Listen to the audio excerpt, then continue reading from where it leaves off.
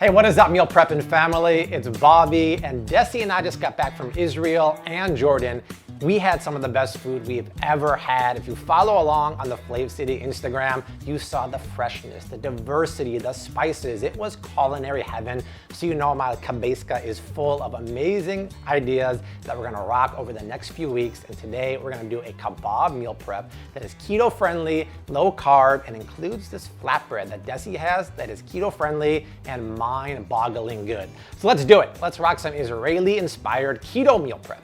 Juicy ground lamb kebabs with spices, herbs, and citrus, pan-seared until crusty on the outside and juicy in the middle, served with Desi's epic low-carb flatbread recipe and a creamy tahini sauce. So here's the deal. If you love epic meal prepping that is healthy and actually has flavor, you found the best recipe channel on YouTube.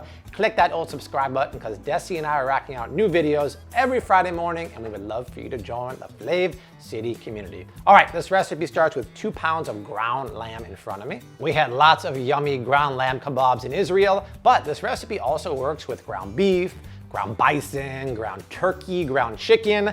But one thing this recipe is gonna have, and is right up my alley, is a boatload of spices and some really funky ones, or what the Israelis or the Arabs would call baharat, which means a spice blend. So we'll start with 1.5 teaspoons of smoked paprika, 1.5 teaspoons of ground cumin powder, 1 teaspoon of coriander, and this is where it starts getting a little funky in the form of cinnamon, cloves, and cardamom. You might think those are kind of like dessert spices, but you've seen me use these tricks before. It just tickles the taste buds in all the right places. The key is not to do too much. So let's add about 1/2 teaspoon of ground cinnamon, 1/4 teaspoon of ground cloves, 1/8 teaspoon of ground cardamom, and just under 1 teaspoon of dried thyme. So this is extremely aromatic, but man, the amount of flavor this is gonna add to our kebabs is next level. Now, if you just don't happen to have all these spices in your pantry, I found a baharat, or a spice mix that is pretty much the same as this, on Amazon. I'll put it down below in the description box. All right, let's bring the lamb back to the tray here. Now, last week, a couple of you guys were worried that I didn't do any zesting in the video, especially Danny. Danny boy was severely worried that I had a lime in my hand last week and I didn't zest it. So we're gonna make up for that big league by first zesting in 1 lemon. It's nice because the citrus kind of cuts through the fattiness of the ground lamb. Just tap that in. And then I'm gonna grate 2 cloves of garlic directly into the bowl. If you guys have not got a microplane zester yet, then I feel like I failed you miserably. Now, ground beef and ground lamb love salt, so be aggressive. There's 2 pounds of ground lamb in here. The only way I can describe this to you is that salt makes the lamb taste more lammy. And if there's one little complaint Desi and I had about Israel, they undersalt their food, and it's so delicious and so fresh, but just a little wee more pinch of salt on the food would have been so good, but everything else was bomb. So go ahead and pinch in 1 teaspoon of kosher salt, and a few cracks of black pepper, and then shake in 1 tablespoon of fresh parsley. All right, time to debling. You gotta use your bear paws for this. Just get in there and mix it up the best you can. It'd be a crime to make kebabs or meatballs without using Desi's mother's trick of dipping your hands in water first. Otherwise, what happens? The meat will stick to your hands. They will. This is like one of the best things her mother has ever taught me. So just get your hands wet, then pick up a nice piece of the lamb here and form it into a long kebab. And you'll see the meat doesn't stick to my hands at all. You get a nice, kind of clean, shiny kebab. Desi, is this size of the kebab acceptable for you? That's big. Big? Thank you for noticing. And then we'll put it down on a platter. All right, so I'm just gonna keep making kebabs. Now, the reason why I was in Israel is because this amazing non-for-profit group called Vibe Israel found me online, sent me an email and said, hey, do you wanna come to Israel for an all expenses paid culinary trip and basically eat your way across Israel? I replied in like 5 minutes, yes, I do. And basically their goal is to show what the real Israel is all about. You know, not the stuff we see on the news. The food scene is vibrant. It's diverse. It has Arabic influences. It has Eastern European influences. And I can tell you, by the end of the week there, I made homemade ice cream in the Galilee out of halva, sesame seeds. I made kebabs. I learned everything I could ever know about tahini, and I'm gonna show you some of those tricks later on. And we had some of the freshest salads, herbs, and spices you can ever imagine. So check out their link down below for Vibe Israel, because they're always looking for influencers and people who could help expose the real side, the different side of Israel, and maybe they'll invite you for an all expenses paid trip. And stay tuned in the near future because I have another video I filmed in Israel with my buddy Osher Edelman, who's a chef, and he showed me how to make hummus out of red lentils. It was an amazing trip, so big thank you to Vibe Israel for inviting me. Okay, last lamb kebab is down. All right, let's chuck these guys in the fridge for about 20 minutes so they can firm up. In the meantime, Desi's gonna join me and make her epic low-carb keto flatbread. Okay, guys, so I'm gonna help Bobby make the flatbread. You're basically gonna make it, I'm not gonna do anything. I mean, in Israel, there was flatbread with everything. With hummus, with falafel, with just everything. How can we recreate that delicious pita bread but make it low carb? Well, you did it. Stick with me. I think this is good. She did it, you guys. All right, so I'm gonna start with 2 eggs in the bowl. And I'll whisk those. I actually asked Desi, can you please make a low-carb pita so I can make a kebab or a shawarma? She nailed it on her second try. So you guys are gonna go gangbusters when you try this thing. Babe, can you add 2 teaspoons of baking powder? You got it. Thank you.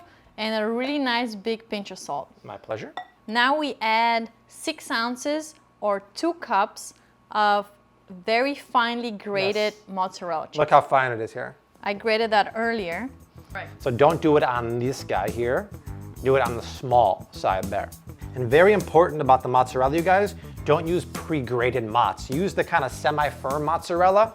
When they grate mozzarella, they put this powder around it, and that prevents it from kind of melting and binding properly. Next up, 1.5 cups of almond flour.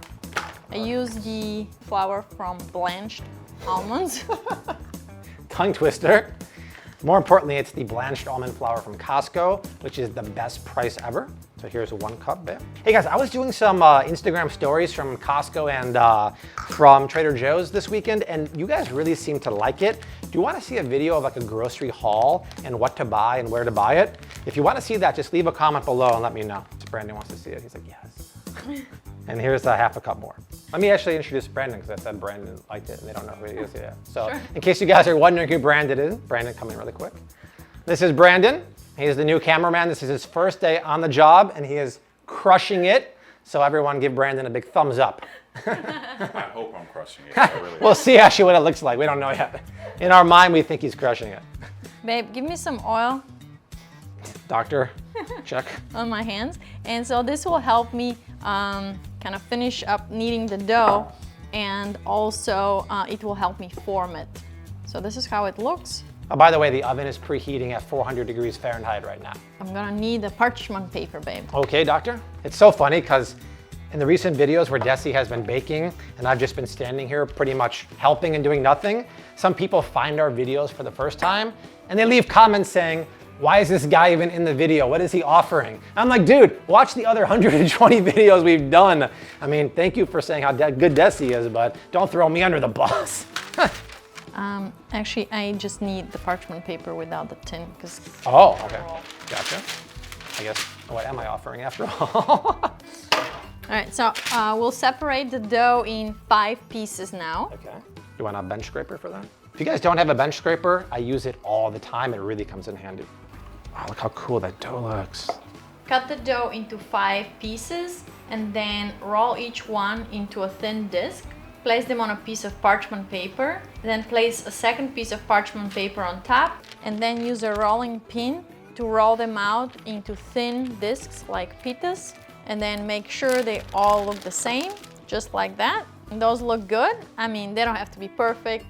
They could be just rustic like that. Looks good to me. I think it'd be nice though, it wasn't part of the recipe, if we put some dried thyme on there, something a little fleckled on top. I think that would be nice, babe. So go ahead and pinch over some dried thyme. And then put them on a sheet tray and pop them in the oven for about 10 minutes. All right, these are done. Looking golden brown and delicious. Those are you the like those, babe? definition of golden brown and delicious. I love the flecks of cheese in there. I love how the thyme stuck to the top. Those are awesome. All right, babe. My job is done, so I'm out. All right, thank you, Desi. These have to cool probably 10 minutes before you eat them. Otherwise, they're too soft and you might burn your face off. But that gives us enough time to make the creamy tahini sauce, and then we'll cook the lamb kefta. So I thought I knew tahini, okay? I didn't know jack about tahini. In the Middle East, in Israel and Jordan, tahini is life. So they showed me in Israel, just outside of Jerusalem, how to make a proper tahini sauce. It's about as easy as they get, but it starts with good quality tahini. Check this out, Brandon.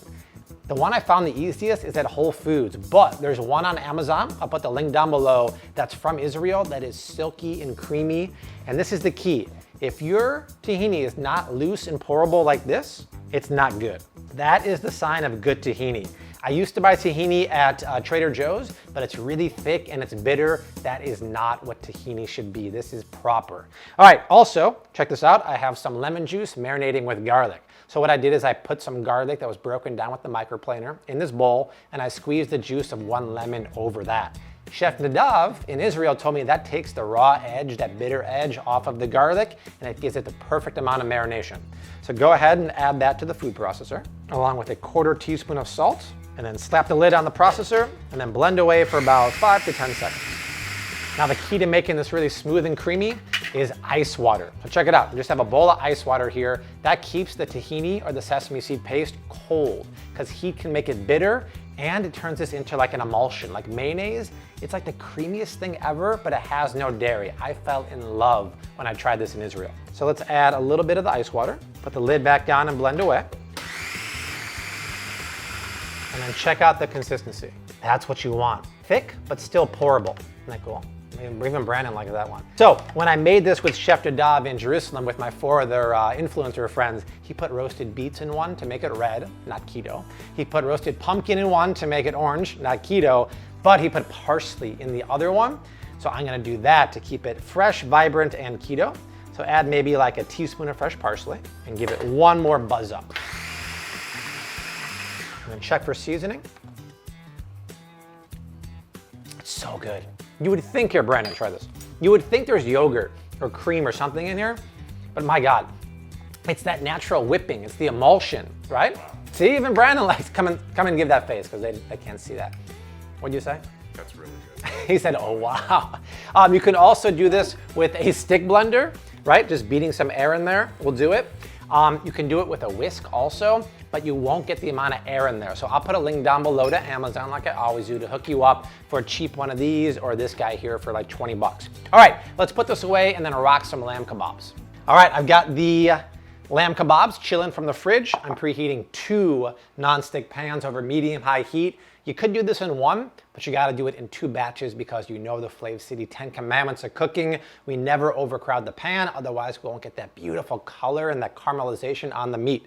So let's drizzle in a couple teaspoons of olive oil and a couple teaspoons back here. And then once oil goes in the pan, let it preheat for 30 seconds so it gets up to temperature 2, because you want the meat to sizzle as soon as it goes in the pan, otherwise it won't get that nice crust. All right, kebabs are down. Use my old friend the splatter guard. That'll prevent a massive cleanup later on, and we'll see it in 5 minutes. All right, let's flip the kebabs. Ah, perfect, you guys. See how golden brown they are? That's because it was a hot pan and I didn't touch it for a good 4 to 5 minutes. Let it go another 4 minutes. And then at the end, I like to turn the kebabs on the side. That way they cook through evenly and get nice and brown all around. All right, kebabs come out of the pan, looking good. And the last one is out too. Guys, come on. Those are just like golden brown beauties. The smell in this kitchen is absolutely intoxicating right now. And luckily there is nothing left to do except plate this dish and try it out. So let's do it. All right, let's put a pita down on the plate and then smear a generous amount of the green tahini sauce over that. Grab one of the crusty kebabs, chop it up. Oh, perfect. Nice and juicy, crusty on the outside. And then put that right on top of the pita. Add some chopped tomatoes, some thinly sliced onions. Let's put a little more of the tahini sauce and then some parsley. And there it is, you guys. Lamb kebab, keto meal prepping like a boss. They're not gonna do this in Israel. They're not gonna do this in Arabic countries, but this is my ode to all the delicious food I had there, but done keto, and my God, it looks like a sexy plate of grub. Desi, come in here. Let's try this thing. Okay, This might get a little messy, let's but see. yeah. I'm excited. Yes. Okay, cheers.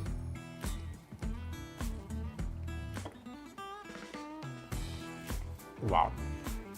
Great job, babe. Man, This is delicious. right? Oh, I took a really big bite. The pita really holds everything together. I love them. tanginess of the tahini. Yep. The lamb is just delicious. This lamb is perfectly seasoned, perfectly spiced. You guys, you have to make this. This recipe is the bomb. Big thanks once again to Vibe Israel for inviting me to Israel, exploring the culinary scene and having probably the best food I've ever had. The recipe is down below in the description box. Make it. Share it on social media, tag Flav City.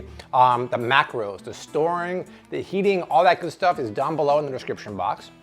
If you want to see 2 more pretty darn good keto meal preps, they are streaming below us right now. But we will see you next week. Until then, Hashtag keep on cooking. peace, mad love.